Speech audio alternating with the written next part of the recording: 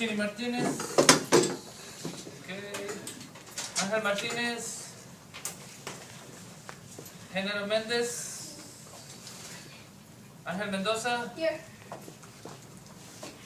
Ani Mijares. Here. Montezuma Lisset. Here. Karim Perez. Where? Okay. Jaime Rodriguez. Here. Here. Okay. Alejandro Rodriguez. Lorenzo Román. Santiago Sánchez. Here. Félix Santillán. Andrés Villafán. And American Walker. Okay. Awesome, guys. Okay. So, we're ready to begin, and today for reading, we're talking about character motivation and character responsibility. What are we getting ready for? What is happening in about a week that's kind of a big deal? Not exhibition. Raise your hand, please. What are we getting ready for? Yes? We're getting ready for the step test, and so today is going to really get you ready for a step test if you're taking a step 6 or step 9 or step 12, talking about characters. So today, we're going to go over our objectives, we're going to do our lesson.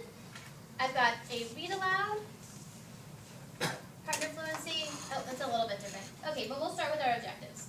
Objectives. Yikes! 2 objectives today. I know sometimes we only have 1 objective, we have 2 today.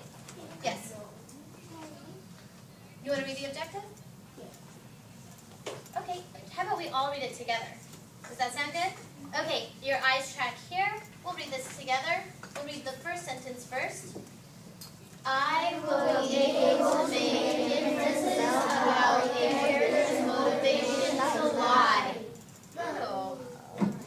That sounds pretty juicy, right? Okay, let's read our next objective. Your eyes track here. I will be able to describe responsibility and apply it to a character. Good, responsibility. Who knows that word? Responsibility. Maybe you've heard that from your mom or your dad. They've said something about responsibility. I say that to my kids sometimes. Just got to be responsible, right? Good. So let's do this one. How will you show what you have learned? Please read with me. You will work with partners to read about and describe a character. Good. We'll be doing some partner work and some group work today. Tell me about it. Oh, I see you're remembering from one of your lessons last week. So last week, we talked about character motivation when we were reading. What was the name of the book? Where the Wild Things Are. So let's think about that story. First off, what did Max do in that story? Who can kind of just summarize what happened with Max in Where the Wild Things Are? Yes. He was using his imagination to do what? Tell me more.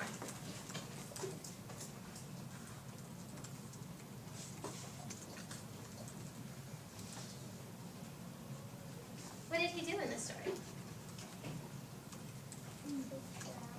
He traveled to where?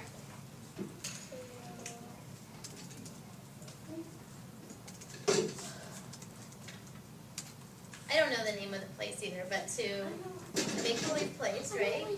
What happened at the make-believe place? It's fair turn your eyes track. If you agree, you can show agree. He was the ruler, right? Of what? Okay.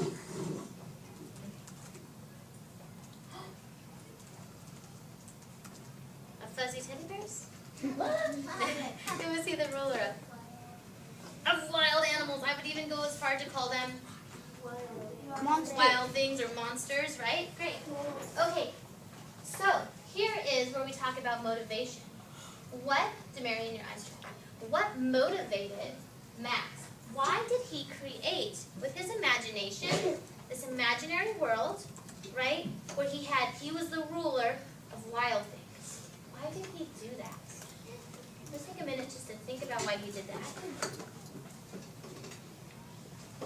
And then you're going to talk about it with your partner because I have to grab a book from the other room. So go ahead, who's your partner? Who's your partner?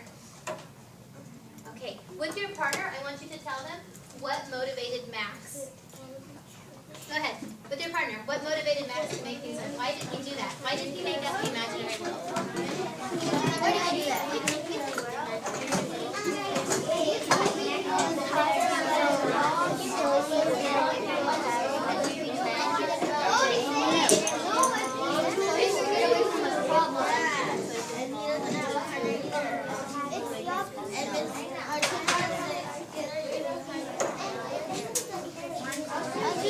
Eyes on me, eyes on you. Awesome. Who did that right away?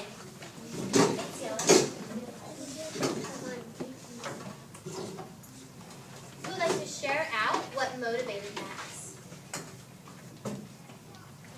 Annie? What motivated Max was that his mother was the boss of him, and he just wanted to be the boss of someone else, so he imagined himself being the boss of someone. Awesome. And when someone does something smart, and it's like such a good answer, and your brain is just showing so much quality, can you kiss your brain like this? Kiss your brain. Okay, did anyone want to add more? Can anyone add to that? Yeah. It's because his mom also called him a wild thing, that gave him an idea of where the wild thing was. Right. Good. You're making some inferences there, right? Did it say that in the book? No, you're using inferences to figure out what motivated Max and where the wild things are. So what's the point? Why do we care about motivation? Why do we care why our characters act the way they do? Why is that important? Marion? It's important because what a character does and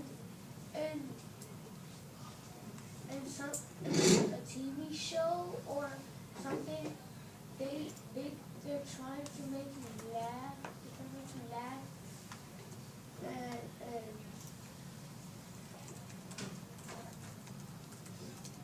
Okay.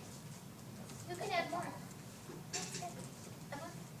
I think we care about how characters act because if we didn't care, the one that is acting wouldn't try their best at trying to make it to entertain us. Yeah, it's more entertaining to think about what our characters are doing, right? It also helps us understand. Is that what you're going to say? Helps us understand, right? What's going on in the story. And of course it's important to understand our reading because that's why we read, to understand. So the second question is about responsibility, which we haven't talked as much about yet. What does responsibility mean? Before we go into why is responsibility important, what does responsibility mean? Ashley? Responsibility is means that you're in charge of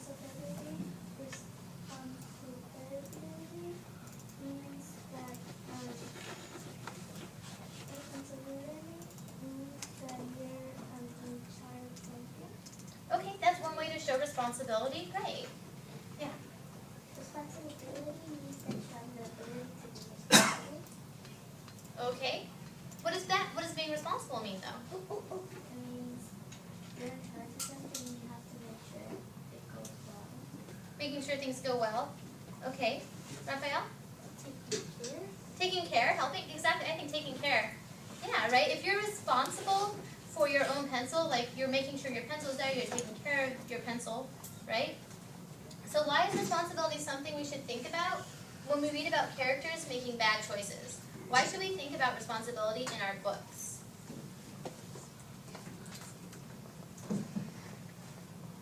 Well, we said sometimes authors want to entertain. What do authors also want to do sometimes? Alexis? Make you laugh? Okay, maybe something about responsibility could make us laugh. Yeah. Persuade? Maybe. Taylor? What? Inform us. So we're saying all of the author's purposes. Good. Yeah. Make us feel free.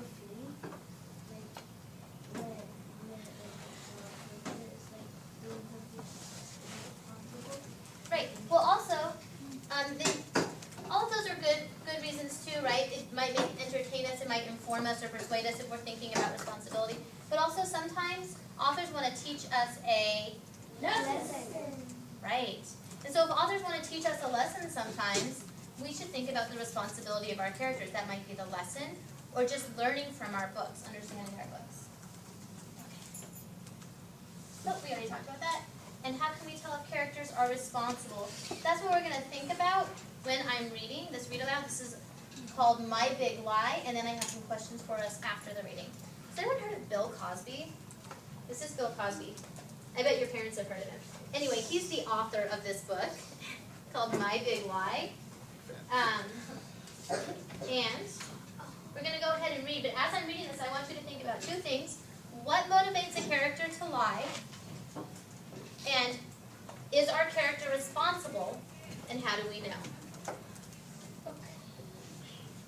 Chapter 1. Hello, friend. I'm Little Bill. Sorry I can't play with you now. I have to stay in my room and think about what I did wrong. To help me think, I have a copy of a story called The Boy Who Cried Wolf. Oh, that's right. It's about a boy who takes care of sheep, which seems like a boring thing to do. What can he do for fun? He can play a tune on his pipe. He can talk to his dog. He can talk to his sheep. Boring. One day, the boy wants to stir up some excitement, so he yells out, "Wolf! Wolf!" All the people from the town stop what they are doing. They grab their hoes and their rolling pins and their axes, and they run to help the boy, because wolves like to eat sheep. The boy thinks it's pretty funny to see all the grown-ups with their axes and hoes and rolling pins. And he laughs, and the grown-ups go away, and they are mad. Give me a little, raise your hand if you've heard that story about the boy who cried wolf. Right? Awesome. Well, 2 days later, the boy is bored again. He's already played all the tunes he knows on his pipe. He's already said all he has to say to his dog. And he's already said all he has to say to his sheep. So what does he do? You guessed it. He yells out, "Woof, woof." And all the people from the whole town, they stop what they're doing. They grab their hoes and rolling pins and axes and run to help the boy. And the boy laughs and laughs and laughs. And the grown-ups go away even madder than they were before. Get it? Oh, awesome. Good making connections. Then one evening, while the sun is setting and the shadows are creeping, a wolf with huge fangs and drool pouring out of his mouth jumps out of the bushes. The boy cries, what's he crying? Oh, wolf, wolf. But the grown-ups don't come. They think the boy wants to laugh at them. They think there is no wolf, and there is. And he eats up all the sheep, every last one. It was an ugly scene. Now can you guess why I'm being punished? Why is he being punished? Inara? He's being punished by pranking people. For a prank, maybe? Does anyone have any other guesses? That's one. Good readers make guesses when they read. Guess. Maybe he's the boy. He did something like that. Okay. I cannot tell a lie. I told a fib. A big fib. Fib is another word for? Lie. Good. Fib. Okay. So this is his big fib. This is what he did. I was rushing out the door when Dad stopped me. And where do you think you're going? He asked. I'm going to ride my bike out to the pool, I said. David Chow said he was going out there to practice for the swim meet. I told him I might practice with him. You don't have time, said Mom. We're having an early dinner. We're eating at 4:30. I'll be back by then, I said, as I ran out the door. I was riding past the basketball courts when I saw a whole lot of the guys. Little Bill, Andrew called, get off that bike and come here fast. We need you on our team. What would the responsible choice be to do? What's the responsible choice? Kira?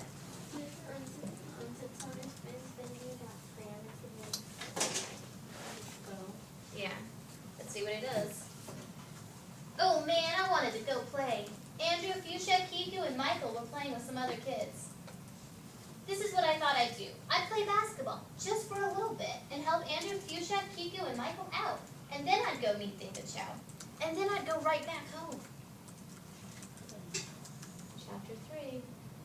We won!